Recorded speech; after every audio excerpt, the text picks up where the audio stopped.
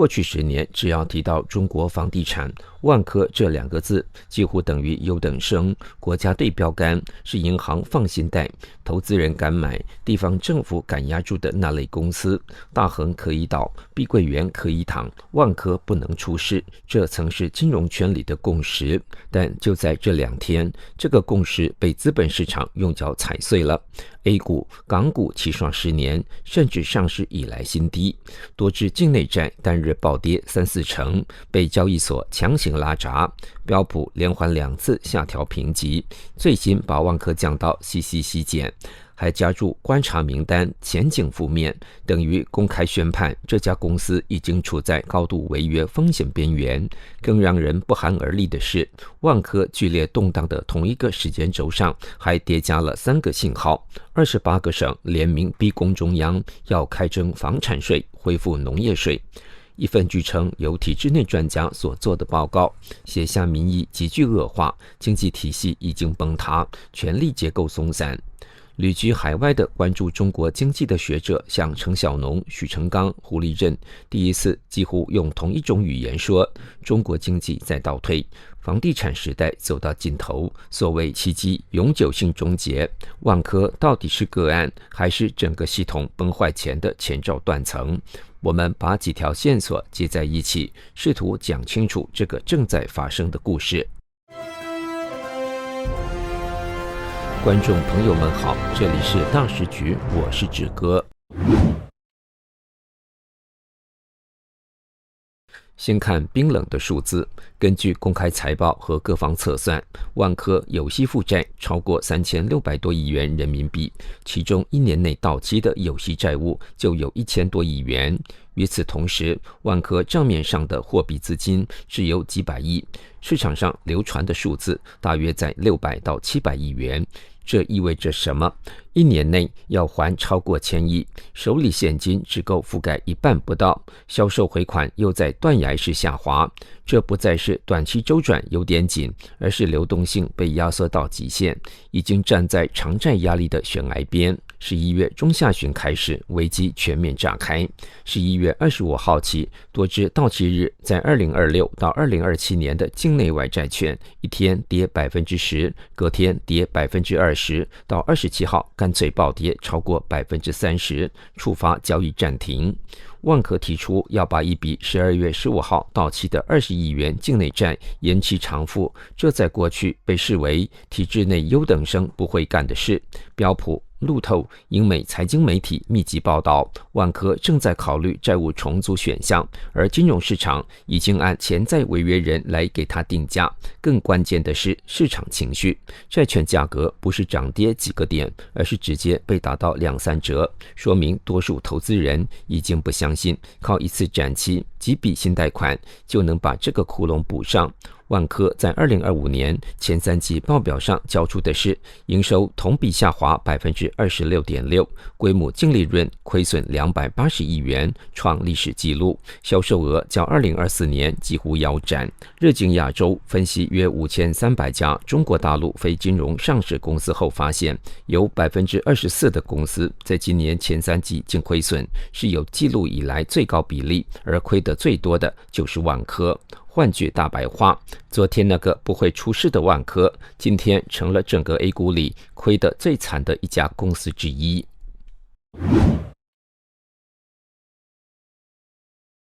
过去市场之所以对万科有信心，很大程度是因为背后站着一个金主爸爸——深圳地铁集团。这几年深铁做了什么？频繁给万科输血，提供低息甚至纯信用贷款，给万科签署各类支持性协议，充当隐形担保人。光是2025年前10个月，传出已经给万科纯信用贷款接近或超过200亿元，整体贷款累计数百亿。在这样的安排下，万科被视为准国企，国资兜底样本，成为房企里少数还能在资本市场融资的对象。但今年11月，一纸新协议改变了游戏规则。深铁和万科签署股东贷款和资产担保框架协议，明确未来贷款有上限，到2026年6月底，总额不超过220亿元，其中可提用额度只剩22.9亿元。更重要的是，对万科提出了更多抵押质押要求，无条件支持变成有抵押有条件。彭博社援引分析师观点直言，这意味着深圳市政府的资金渠道已经关上，不再愿意也未必有能力为万科的债务无限兜底。同一时间，市场还在流出另一条线索，万科向多家银行申请短期流动性贷款，用于偿还下月到期的债券，至少有2家大型银行已经拒绝。如果说前几年万科还像是体制内的亲儿子，那么现在的信号更像是能救就救一把，但你自己先卖资产，自己找钱，救不动那就按市场规则来。这种态度的转变，让市场真正恐慌的不是万科的财务报表，而是连优等生加国资背景这种组合都不再是安全资产。当国资兜底的神话开始破产，所有房企甚至一大批国企的信用定价都要重写一遍。万科并不是孤立的坏学生，而是整个班级一起学不下去的缩影。斯坦福大学斯坦福中国经济与制度研究中心资深研究员、经济学家许成刚多次提醒，中国房地产问题的根源不在短期政策，而在土地制度加地方财政激励加体制性扭曲。过去靠土地财政、房价上涨堆出来的繁荣，本质上是把未来几十年的现金流提前透支。现在中国的房地产，单从供给与需求的基本面来看，已经不可能再回到过去那种高速扩张状态。他用几个关键点把这个结构讲得很透：一、房子造太多了，1、2线城市周边、3、4线城市的大量新区控制，钢筋水泥都还在那里站着，烂尾楼堆在那里，就是资金链断裂的纪念碑。2、人口结构变了，新出生人口大幅下滑，年轻人少了，收入又不稳定，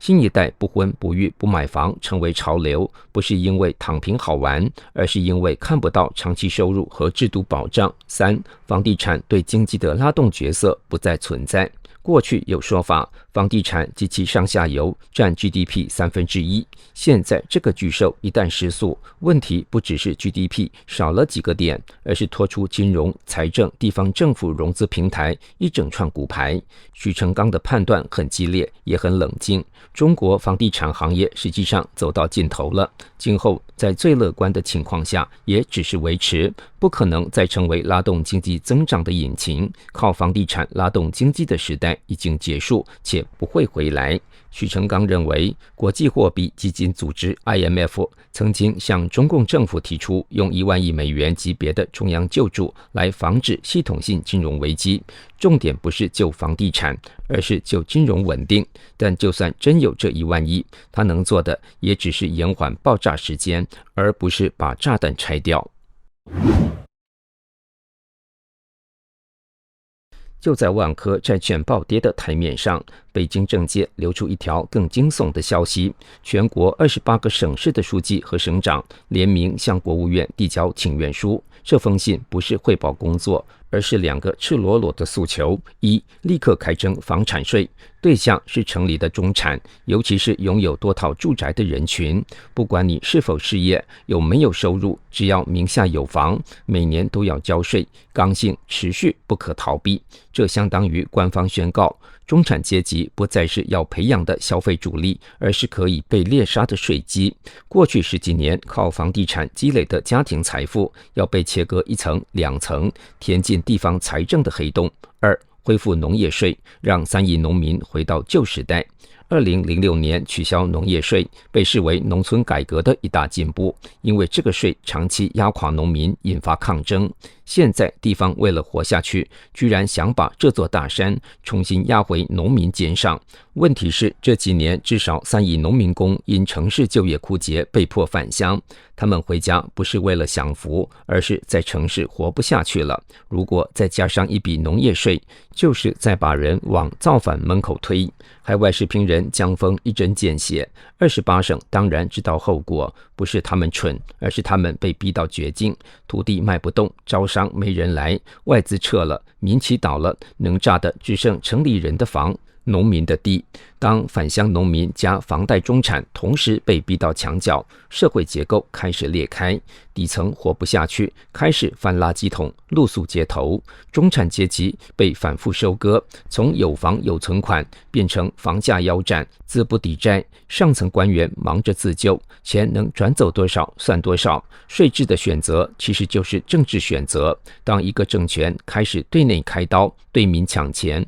通常也意味着他走到了财政信用体系的末路。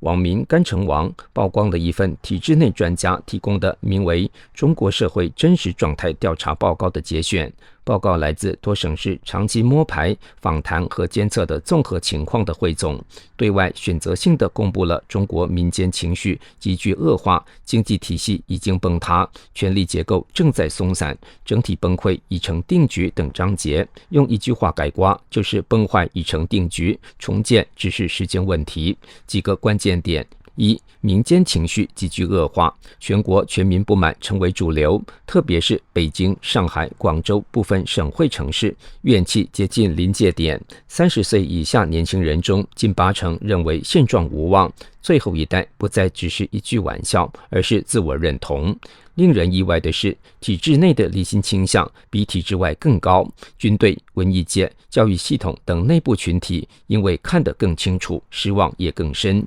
二、经济体系已经崩塌，一线城市房价普遍腰斩，部分地区跌幅超过70%，断供潮从点状变成面状。资产外逃与资本撤离加速，实体投资停摆，未来几年看不到复苏信号。个体户、小微企业大面积倒闭，大量人耗尽积蓄，形成结构性冲击。3、权力结构正在松散，红色权贵家族之间的裂痕不可逆，分赃体系失去平衡，高层随时可能公开撕裂。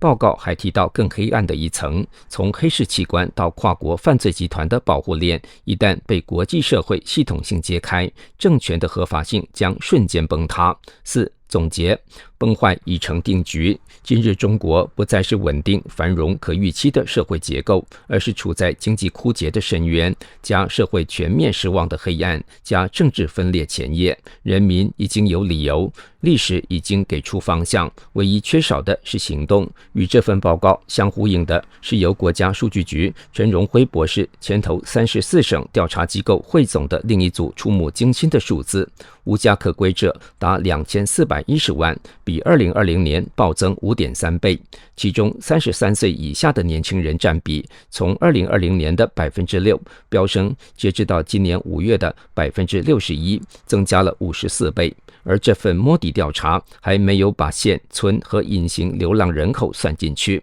在推特 X 上，有网友写道：现在翻垃圾的人越来越多了，一个垃圾桶一晚上被翻10几次。浙江某地2个20多岁的女生晚上11点在翻垃圾桶，这些画面和官方镜头里的消费复苏、夜经济繁荣摆在一起，就像2个平行宇宙。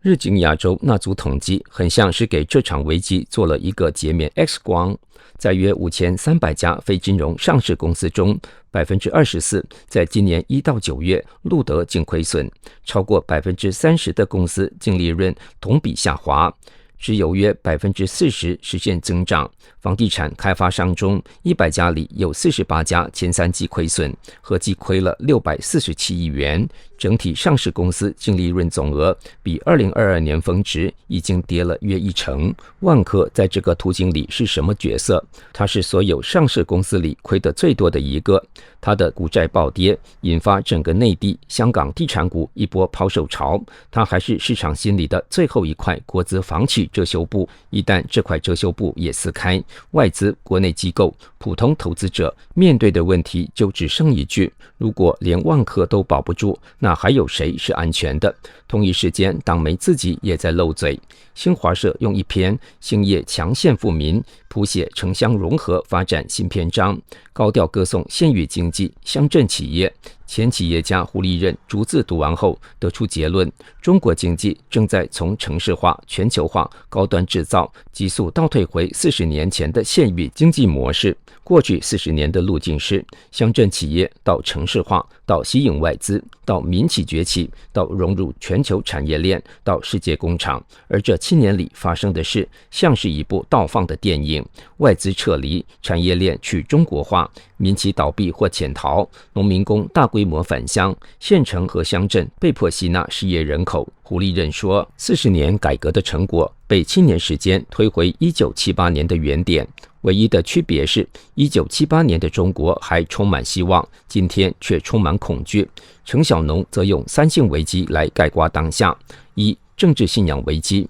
没人真信那套口号了；二、政权信任危机，人人心里觉得不行，但不敢说；三、个人信心危机，对未来的共识只有一句话：明天只会更糟。在这样的氛围里，任何救市政策都变成字面意义上的黔驴技穷。降息降准，企业不敢贷；发消费券，老百姓不敢花；鼓励投资高端制造，外资都在撤离。说要稳房价，现实却是房价继续跌，万科都要展期。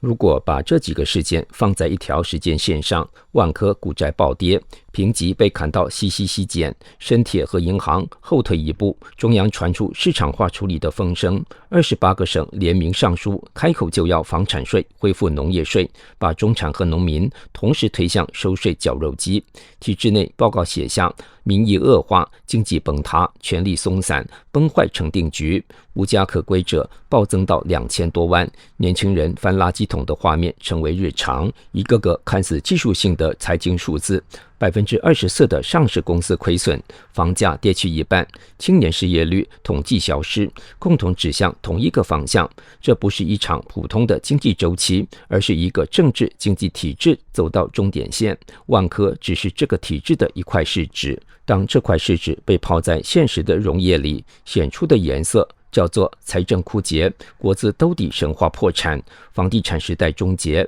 中产阶级被宣判可以开割，农民重新被推上税收刑台，年轻人对未来失去信任，对政权失去耐心。真正的危机不在那个暴雷日，而在暴雷前的漫长麻木和习惯。习惯了房价每天在跌，习惯了公交停运、医院合并、工程烂尾、工资打折，习惯了翻垃圾桶、睡天桥、被赶出出租屋，习惯了在网上打下一句气数已尽，就算对时代交了作业。万科会不会被市场化破产重组？28省的请愿书会不会被中央照单全收？体制内报告会不会被束之高阁？这些问题当然重要，但更关键的是，一个靠房地产、地方债和国资兜底堆起来的政权，当支柱一根根断裂，他还拿什么维持自己？历史从来不会因为某一家公司而转弯，但历史常常会在一家公司倒下的时候露出它真正的方向。当人们再回头看2025年的这个冬天，万科可能不只是中国房地产的一个案例，而会被看作一个时代的遗照。那张照片里有断裂的高楼，有被贴封条的售楼处，有翻垃圾桶的年轻人，有拿着请愿书的省级书记，也有在内部报告里写下崩坏已成定局却无能为力的体制内专家，而故事还远没有到结局。这里是大时局，感谢您的陪伴与思考，请订阅、分享并打开小铃铛，一起在动荡中坚守真相，在黑暗中点燃希望。